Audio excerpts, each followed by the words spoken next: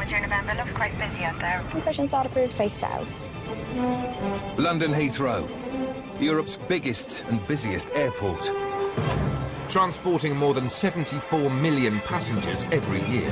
Just your passport, please.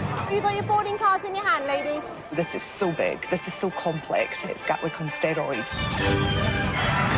With the flights taking off or landing every 45 seconds,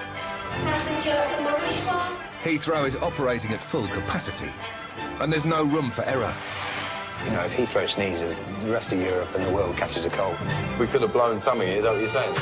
Even the smallest problem can cause chaos. 915 and 919 have been cancelled. Nothing is landing, nothing's taking off.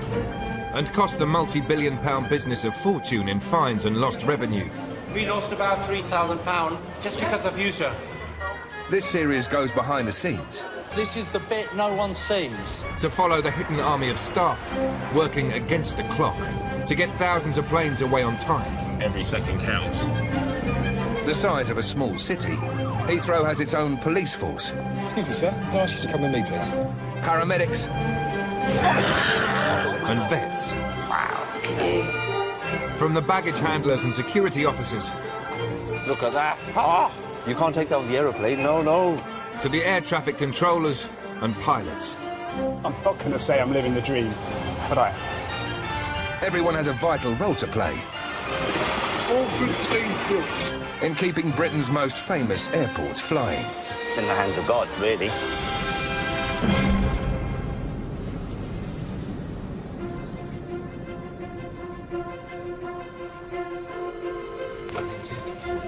Good afternoon, 8 o'clock.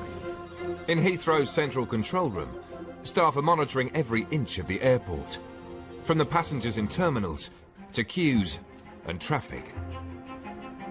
With how busy we are at Heathrow, we look at our punctuality scores, and our arrivals and departing punctuality is pretty much what we live and die by, because we know that that's absolutely the heart of what our passengers want, is to get away on time. And trust me, we want you to get away on time as much as anyone else does. But the one thing Heathrow can't control is the weather. Today, Storm Imogen is blowing gale-force winds across the airport. The 60-knot winds are so severe, they're starting to disrupt the flow of arriving planes. We've got high winds, and what's more problematic is the gusting crosswinds. Weather has ramifications quite a long way down the line. This problem isn't just at Heathrow, this is for the whole of the southeast of England. So where are these aircraft actually going to land? Out on the airfield, Safety Officer Simon is monitoring the deteriorating conditions. You can see in front of me here just how strong the wind is. The guy's trying to do his coat up there. He's really fighting to stand up there at the moment.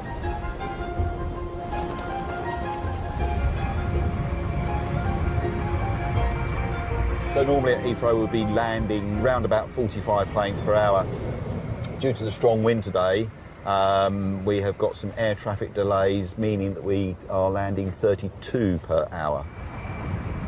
Inside the cabin, it will probably be a little bit bumpy. The pilot would have explained that it's not going to be a smooth landing, but I would visualise it as just a scary fairground ride.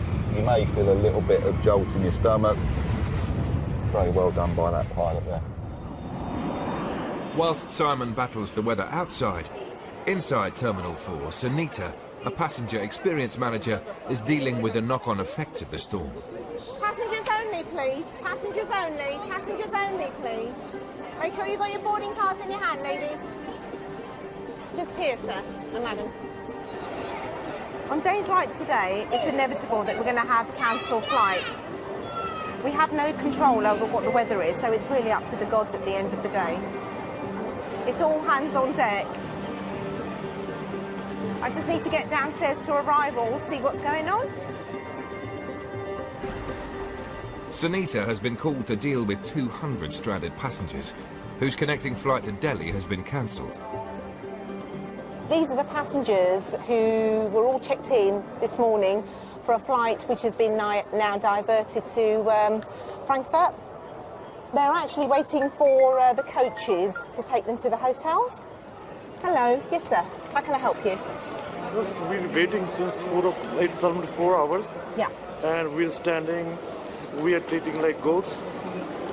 We do not have any clear information. Did you have any idea when we will get next flight? That's something that the airline are working on as we speak. The first coach has arrived, but with only 50 seats, there's a rush to get on. Can we just stay in a queue, please, sir? Just stay in a queue, then at least everybody will get on. In these situations, it should be the airline who deal with the passengers. But with nobody around, Sunita has to manage the crowds. Sir, just the queue is round there. The queue is round there, please, sir. I don't want pushing in, you know, because everybody's going to get upset. There will be another coach coming at the moment. Roughly how long? 5 minutes. Well, that's what they were told before, and it's taken almost about 15, 20 minutes, and people were standing out in the cold. Right, this coach is going. With the bus now full, a handful of elderly passengers have been left behind. Jadi next coach na 15-20 minutes takarani hai. Wapas chal jao in the terminal. Sorry. Chalo na dang laki jani andar. Andar aao, please come inside because it's very cold. You're going to wait outside. We came from Canada. We're going to India. The airline is stupid. They're not manning good, you know, all day, there or there. Bad. When you feel that there's nobody else around and people are a bit lost, somebody has to resume control, and basically that's what I'm doing. Outside on the airfield, the winds are getting stronger, and loose items are being blown onto the runways. Simon is on the lookout for foreign object debris, or FOD. Certain types of FOD, like small items of metal or stone, if they were ingested into an aeroplane engine, then they could cause quite significant damage or could cause that engine to fail. So it's vitally important that we've got all teams out and about, patrolling, looking to ensure that the taxiways, the grass and the runways is clear. I think I can see an item of FOD blowing across the stand there. So the trick is to position the vehicle upwind so that the item of FOD comes to me rather than me having to trace the FOD. So it's a bit of goalkeeping going on here.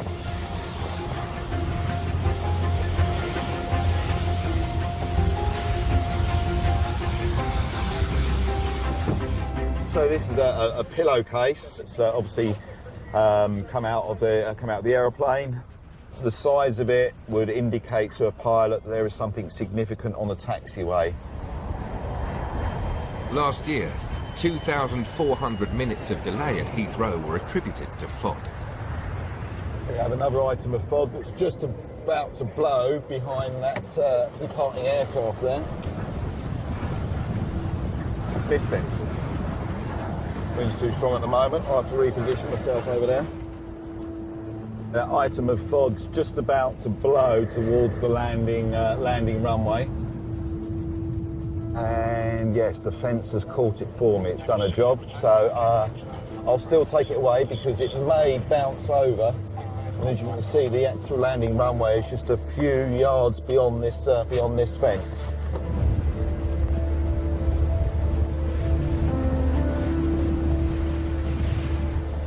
It's just an item of plastic. When not screwed up, it looks quite sizable. That on a landing runway would be a visual deterrent for a plane. He wouldn't know exactly what that is, so therefore he could actually stop. Operations will be slowed, and our job is to ensure that we run the airfield smoothly and efficiently and safely.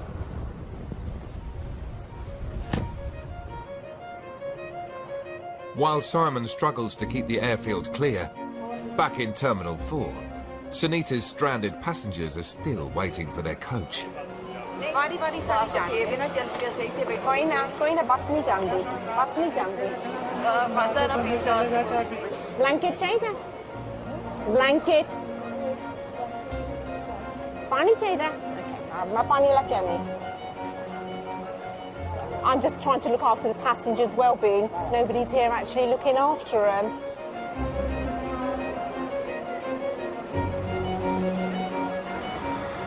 Finally, some good news. The coach has arrived.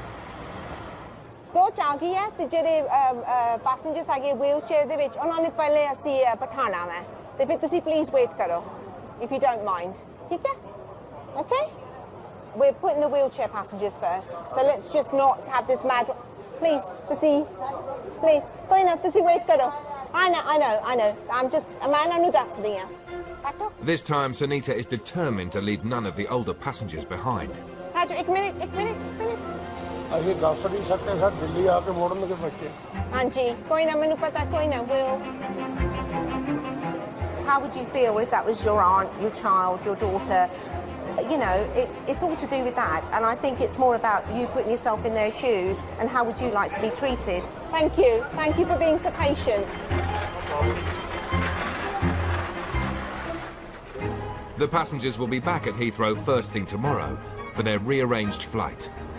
I feel tired, my legs are absolutely aching, my back's aching, and I've had, I think I need to take my next dose of paracetamol in order to keep me going.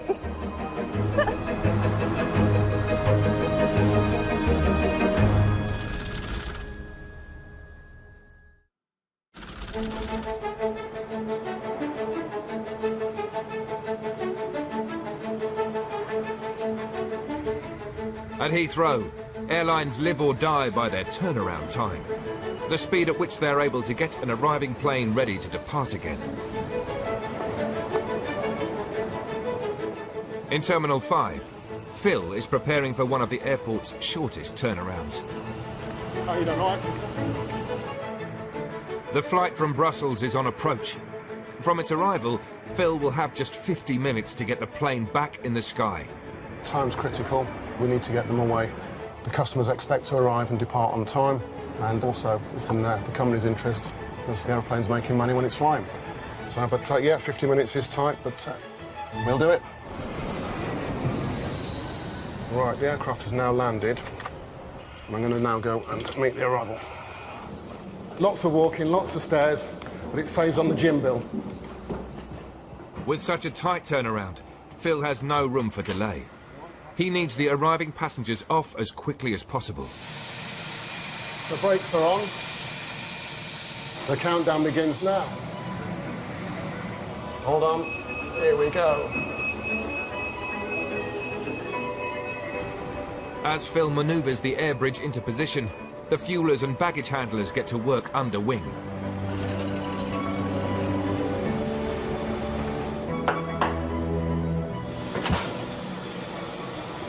Morning, how are you doing? Yeah, good. Yourself? No specials. Lovely, perfect. Thank you very much. Normally take about anything between 7 and 10 minutes for the passengers to get off. Eats into your departure time and eats into your turnaround time. With the plane cleared, Phil now has less than 40 minutes until takeoff. Cleaners are just turning up. They will then start cleaning the aircraft from the rear and hopefully have it ship-shape ready for the passengers in a few moments. They get given 7 minutes. Believe it or not, so they do a fantastic job in the time allocated.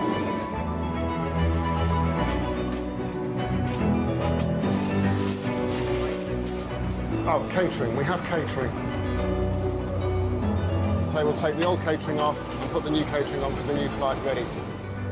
It takes just 6 minutes to remove the finished meals and put fresh food on the plane. And with 20 minutes to go, the pilots arrive to prepare and check the aircraft. Cleaners are just about finished. Okay, looks good. It's all clean.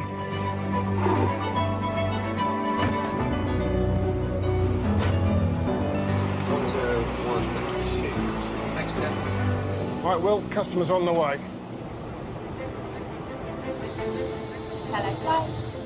With just 15 minutes until departure, the ground crew leader, Anastasia, clears all staff from under the plane and does her final safety checks. We get 10 minutes slot of short call to do the job that we have to do. Hello, just to let you know, ground checks are complete and we're ready to go. Now it's down to air traffic control to give the final clearance to push back. to be with 39. Good afternoon. After the outbound company 319, push and start approved, face west. Right, please.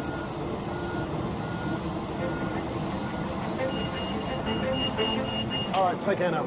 Cheers, bye-bye. We've achieved our objectives. We're ready to go 3 minutes before departure time. In just 47 minutes, the flight to Brussels is ready to depart again. And the clock stops on one of the fastest turnarounds at the airport. A successful mission, as they say.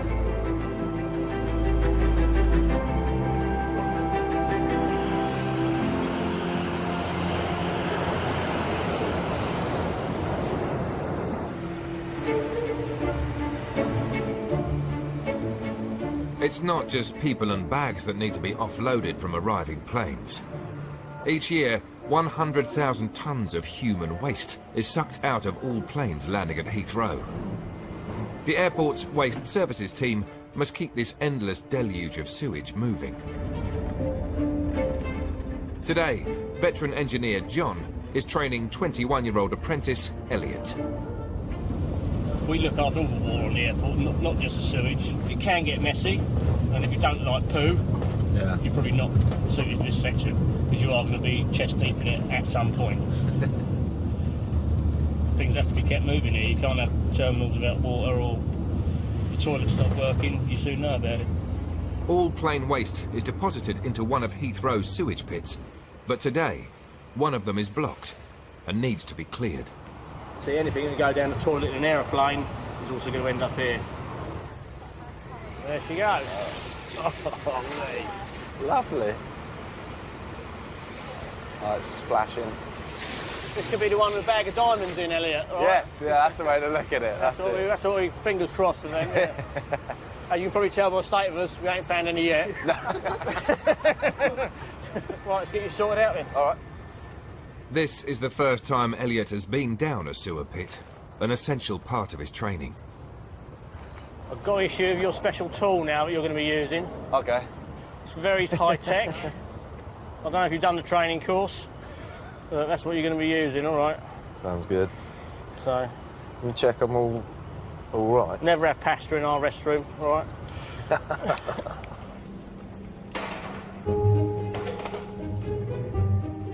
John switches on the gas monitor, which will warn them of any potentially dangerous gas build-up underground. Right, so now we are underneath the vehicle bays, OK? Yep. So basically what happens is they dump just over there, the liquid comes down.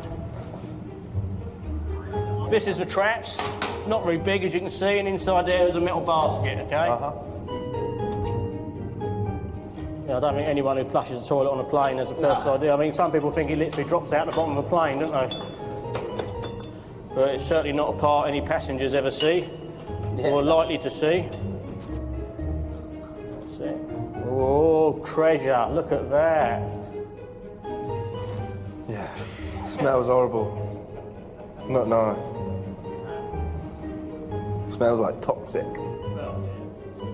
The pit is almost completely blocked, and Elliot needs to clear it to prevent damage to the machinery. Nice and easy, lift her out. Lovely big coin. 50 somethings. There you go. Yeah. Australian. Australian, is it? There you go. 50. But they do say where there's muck, there's brass. Right, yeah, so get your super scooper. If you don't clean them out, anything that comes off the aircraft or goes into the pit, they'll just block it up. Yeah.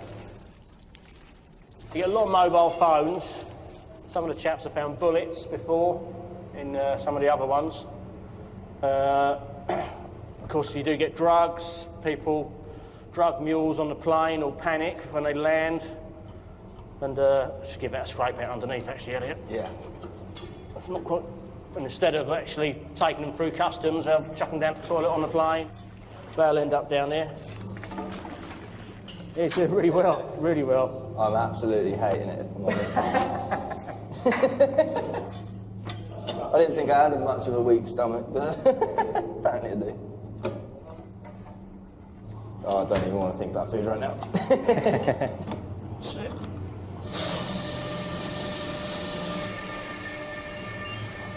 Oh. Right, okay, let's go. Gas monitor's just gone off. Let's go, let's go. The alarm on Elliot's gas monitor sounds. Okay, coming out. Go. They immediately evacuate, much to the relief of Elliot. The smell was horrible. It's quite nice to breathe fresh air, but when I first opened one of those boxes, took the lid off, nearly like threw up in my mouth a little bit. It was horrendous. Yeah, sort of glad it's done. Back to base for tea and medals. Yeah. Starving now. I'm not. With the pit cleared, it can now start processing aircraft waste again. And Elliot is one step closer to being a fully fledged Heathrow engineer. I'm glad I didn't have breakfast, because that would have definitely come up.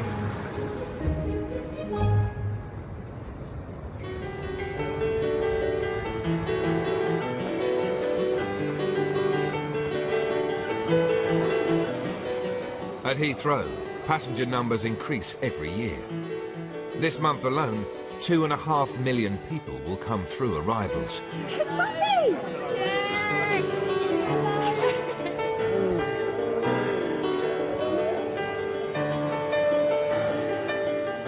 Catherine and her children are waiting at Terminal 3. We're waiting for my mum and their grandmother, who they haven't seen her for a year, so it's and we miss her. Sydney, it's half a planet away. It's not an easy flight to do, so when they come over, it's a real treat. I just wish it was closer. Also in arrivals is Letitia, waiting to greet her daughter Nathareth from Honduras. Letitia left Honduras 15 years ago to find work in Europe, so that she could pay for Nathareth to go to school. She's been sending every spare penny home and hasn't seen her daughter for 6 years. Yo decidí salir de Honduras porque la situación era muy difícil y tenía dos opciones, o seguir allá, pero no tenía una oportunidad para poderle dar un mejor futuro a mi hija, o venirme y sacrificar ese amor que realmente es muy duro y muy difícil. Today, Nathareth is finally coming to join her mum in London. Ese es mi sueño, que ella pueda tener una familia.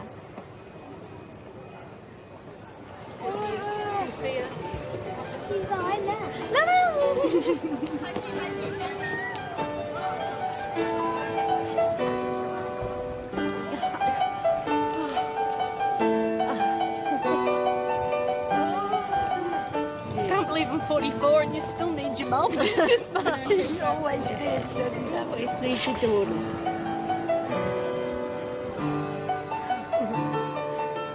And after a 6-year wait, Letitia finally spots her daughter.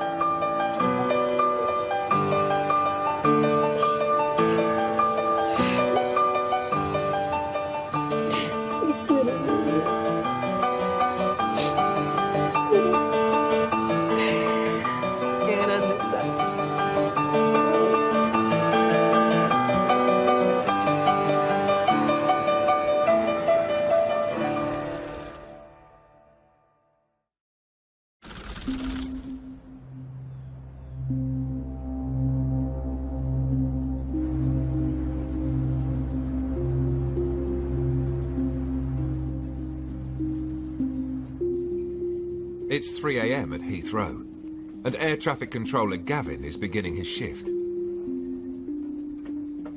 Hello, right, I'll take GMC 3 in the pit then, all right? So I'll do the subscription for 3 in the pit, and then 1 and 2. 0.85 for start, please, Pete. It's amazing, the views you get up here, and just being up here and looking out and seeing all the lights. It's peaceful.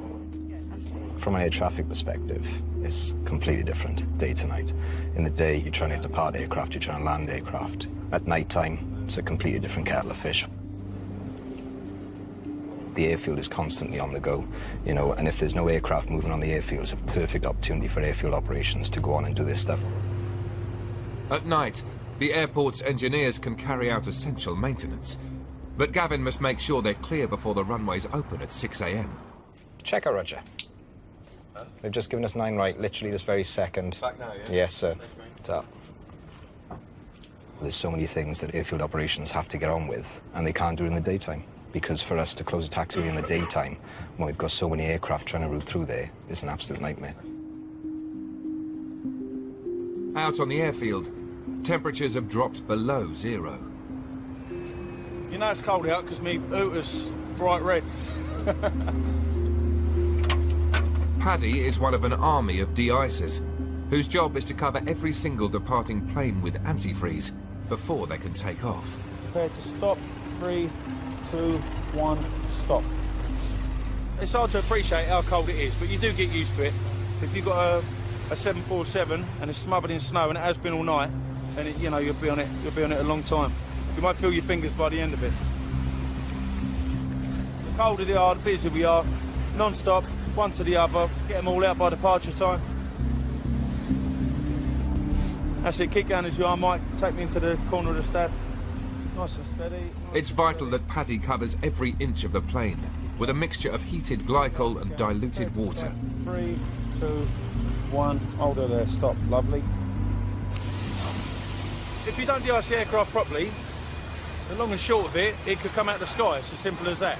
The air don't go over the wings as it should do, so it affects the flow over the surfaces. So it can create drag, and when you've got drag, you ain't got the lift. I won't go into too much detail, but basically, if you don't de-ice it, then it might not take off. If it does take off, it might come straight back down. So it's important that we do it and do it properly. I tell the new boys, when they're de-icing, if I'm training them, I tell them to, if they treat every de-ice like it's their first de-ice, and also if they imagine that all their family's on the aircraft, if they imagine all of them's on there, they're not going to be complacent. They're going to do it properly and understand the importance of it. The antifreeze lasts as little as 35 minutes, so Paddy must ensure the planes are ready for their departure slot. If they miss it, he'll have to come back and de-ice them again. All clear on the stab, mate? We have like 180 aircraft a day, so on a busy day, yeah, you'll be going one to the other, to the other, to the other. You've got to keep the customer happy, and we're good at that. I am anyway. Yeah, well, I can smell the bacon at the restaurant, so it's making me hungry. Clear of contamination. Job's a good one. Job's always a good one. The runways will be opening in 5 minutes. With 42 planes already circling in the skies above Heathrow, Gavin has to guide in as many as possible, as quickly as he can. Once the first inbound comes in, that's it. You know, your air traffic head is back on 100%. lovely. 125's open. Speedbird 78, good morning, runway 09 left, clear to land, surface wind 080 degrees, 5 knots. Beeline Delta Lima, contact channel 9. Just both runways are coming in now. And at 6 a.m. sharp, Heathrow is open for business. 1, 2, 3, 4, 5, 6. There's 6 on approach now for 9 left and 9 right. Alternate. So this one's coming down 9 left. The one on 9 right is currently at 2 miles. So we'll land left, right, left, right. And then we'll try and get departures in between as well on 9 right. 365 days a year we're running, we're open. Whether it's 1 runway or 2 runways. 1,400 movements later, that's the end of the day.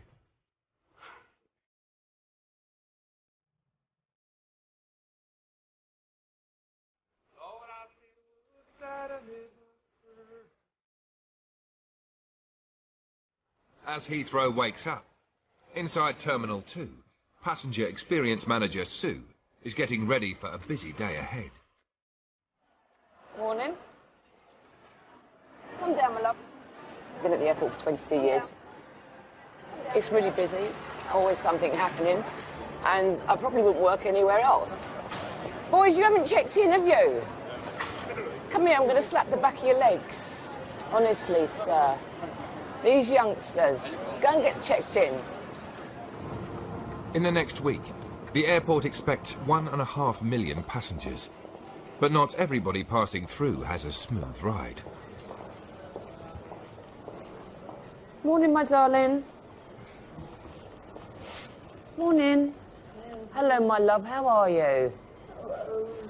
Now, I'm a bit concerned because I saw you here yesterday. Yeah. And you're here again today. So you're trying to get home? I need a ticket before. Right. And you haven't got a ticket? Yeah, I got a ticket for 15. OK. So have we been upstairs to see whether they'll change it for you? Oh, they tried to change it. And it's not going because it was a cheap price. How much do they need to change the ticket? And how long have you been here? 1 week. That's not good now, is it? And you've got no family, no brothers, no sisters that can pay the charge? I don't have one. Can I see your ticket and let me see whether I can do anything for you? It's Maria. Bettina Maria. That's a lovely name, isn't it? Bettina. Bettina is visiting from Germany. She says that her London accommodation fell through, so she is planning to live in the terminal for 2 weeks until her flight home. OK, and they can't change it because they won't change it and because of the charge. Is that correct? Right, OK. Let me just go upstairs and see if I can get anything done about this, and I'll come back down.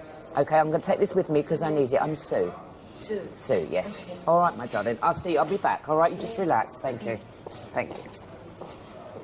Something's not right, and I haven't put my finger on it yet. I'm a little bit concerned. Her face is swollen. She'll probably end up getting more confused, dehydrated, then it'll be a hospital job. Unless Sue can help, Bettina will be stuck at Heathrow for the next 14 days. Oh, good morning. I'm so sorry to trouble you. This lady, she flew in, I think, as you probably know, on the 22nd. She has been sleeping rough on the floor since she's arrived. She's a single elderly woman, and that is it. She doesn't have any other means, and that means she'll be sleeping on the floor. The ticket is non-changeable, and so the airline is not obliged to do anything. But Sue is determined to get Bettina home. Is there nothing that you can do? You can't override that? Thank you. Bye-bye, bye-bye. So they want an email to ask me to actually ask the question whether they can. She can override it, but obviously they don't like to because it's a cost to them. I'm a little bit sad about London because I wanted to stay here. I wanted to go to the Hyde Park to walk, and because I saw it in the computer in my travel agency that the hotel is nearby or in front of the Hyde Park. I go back to Düsseldorf and try to get my money back. You see me trying to write one of these great big fingers and these little phones. It takes me forever. Right, send. Have I sent it? Send. Oh, it's gone. Oh, God, it's gone. It's gone. I'm a bit perturbed to say that she's been here 5 days and nothing's been done. She's sort of one of these people that slip under the net. While Sue does her best to help Bettina, over in Terminal 3, the crowds are starting to arrive. Morning!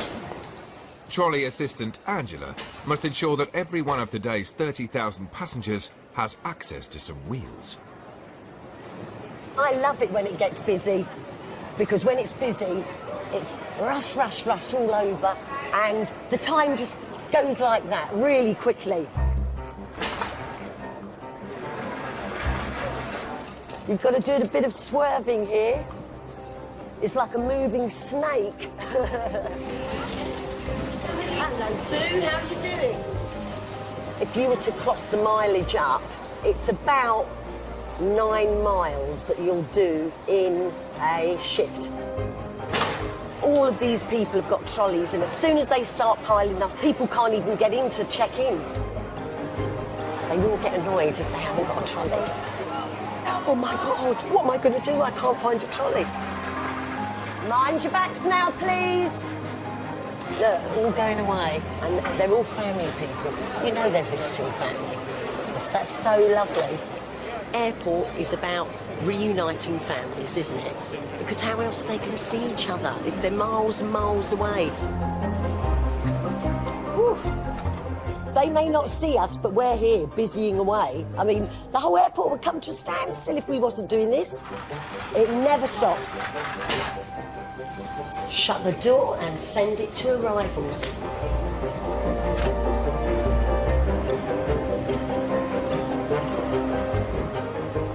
Back in Terminal 2, Sue is still trying to help Bettina, the German tourist who has been living at Heathrow for the past 5 days. Hello. How are we getting on? Lovely. That's... yes, I can sort that out. That's absolutely wonderful of you. Thank you so, so much. Bye-bye, bye-bye-bye. I'm very, very happy that she's not going to be here for another 2 weeks. I'm extremely happy. And I'm going to go down and get her now, so that's absolutely wonderful. I should just tell the lady, darling, we're getting her on the 12:40. I'm going to bring her up, thank you. Oh, what a result! Look at you now. You've got your face on. She looks beautiful.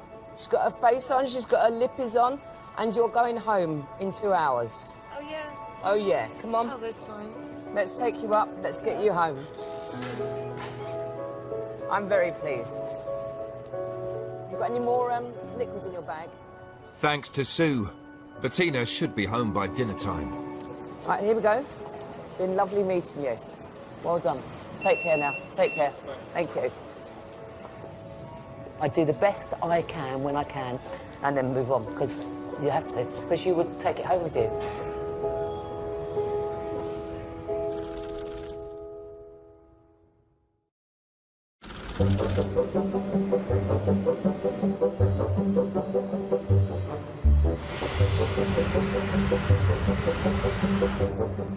Every week, thousands of animals land at the airport from all over the world. They're tiny. Each animal is collected by an officer from the Animal Reception Centre. Today, Karen is meeting a flight from Calgary in Canada with some VIP animals in the hold. It's snowing. Just to make them at home, it's snowing for them. It needs to be kept at a reasonably cold temperature and making sure they don't get too damp. Oh, there we are. That's a rather large crate. Hello. Cutie pies. Oh, they're looking really good. Very good. They've travelled very well. I think they probably slept all the way. Then they're looking to see what they can get up to. These Gentoo penguins are destined for Sea Life Birmingham. But first, they need to go to the Animal Reception Centre to be checked. They just don't need to be here for too long. We try and clear them as best as we can quickly, being they need to get back into their own environment. Right, get in the car now.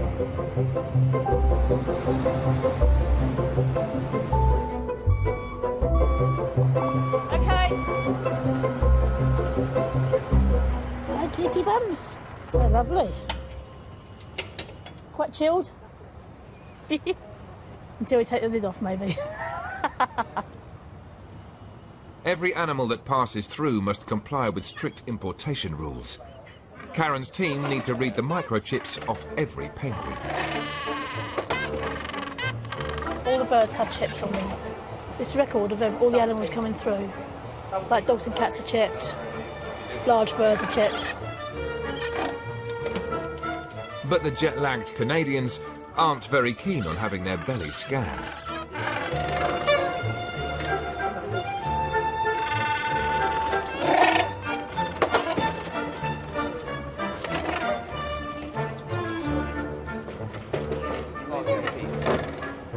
Yeah, all done. With all penguins successfully accounted for, they can begin their journey up the M1 to their new home in the Midlands. There you go, babies. Okay, definitely a cup of tea.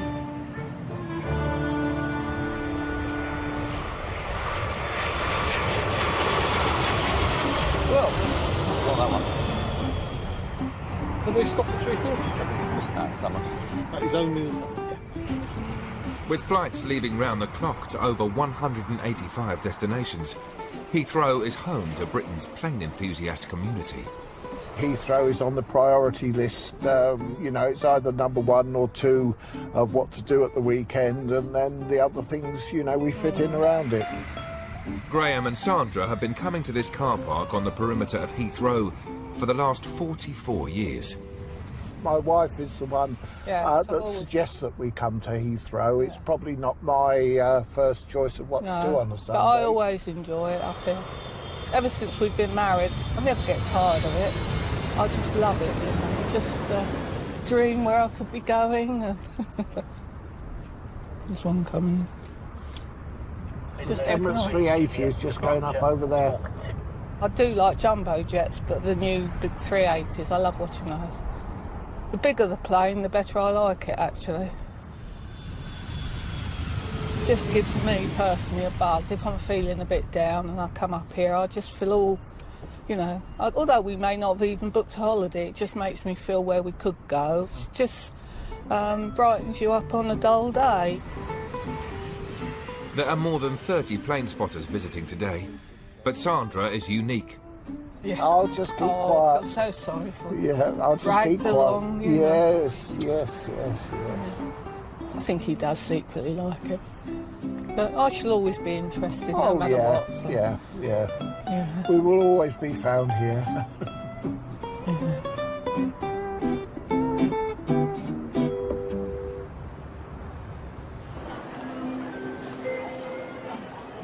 In Terminal 3, passenger experience manager Mark has been called to manage a large group that have appeared in arrivals. We've got a guru coming in today. Guru's a religious leader. He's going to have his own entourage with him, and he's going to have his own followers here to welcome their leader.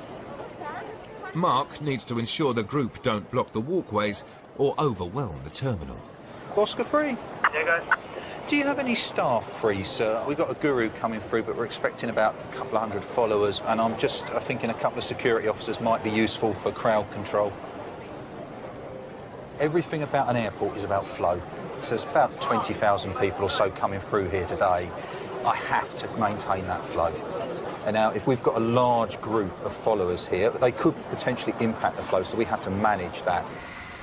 Airside, Sheikh Nakib-ur-Rahman has just arrived, and Mark's colleague Matt is there to escort him through the terminal as quickly as possible. Nice to meet you. They need to move fast, as back at arrivals, the large crowd is spilling out of the cordon. Guys, can I just get you back inside? Yeah, just inside the barrier, guys. He's on his way. He won't be long now. Do we have an ETA for being at the arrivals area, sir? Because we've got a bit of a crowd building now.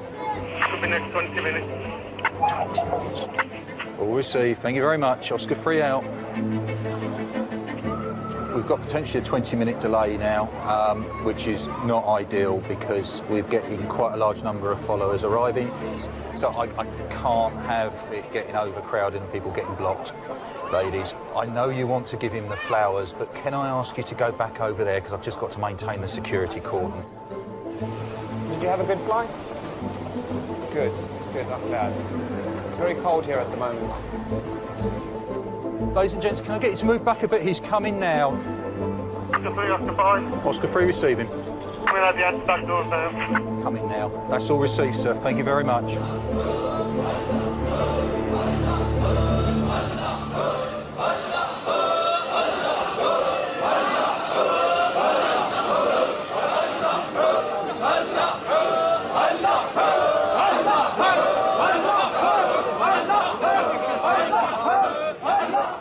The Sheikh, who practices an aspect of Islam called Sufism, stops for some impromptu blessings in the middle of arrivals.